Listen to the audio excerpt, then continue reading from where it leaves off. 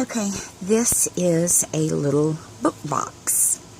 It's made using the notebook die to make the base of the box, and this particular one is made with the 30-point chipboard.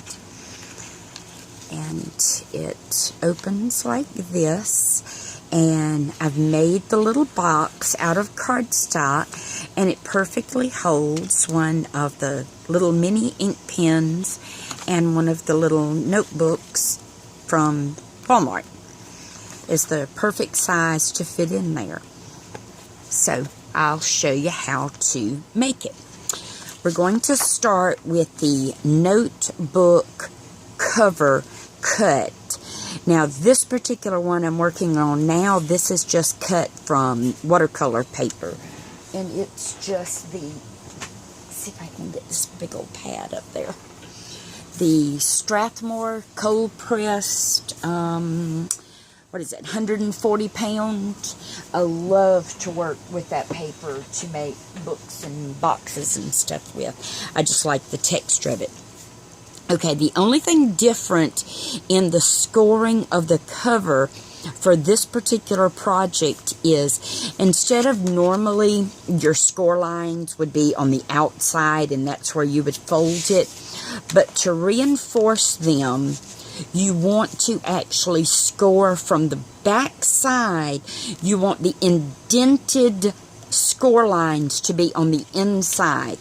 So when this folds up, the indented line is on the inside and your humped line is on the outside. And the reason for doing that on these particular projects is, you'll notice, and when you fold one of these yourself, you'll see it.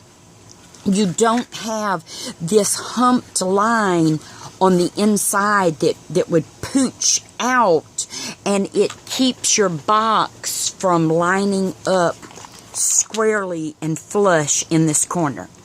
So that's the reason for scoring it from the inside. So your indented line will be on the inside, and then so you can even see how square that is versus if we had folded it the other direction. So that's the first thing to start with, is just prep the cover, move it to the side. The next thing is you will need a piece of, and I'm just using the 110 pound white cardstock. I like something that's at least 80 pound or above. The 65 pound is just a little too weepy to me for making the little box insert. You need it to be 7 3/4 inches by 6 1/2 inches. Then get that cut, and then all you do is score at 3/4 of an inch and 1 1/2 inches all the way around. So just score 3/4, 1 1/2, rotate it, score the next side.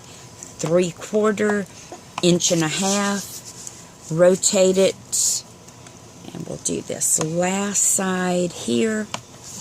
And that's what you should have. Of course, we're going to flip this over and work on it from the back side so that we can see all those humped score lines as our way to know where to cut everything. So I'm going to mark this one to show you the cut pattern, but then we'll actually cut it together.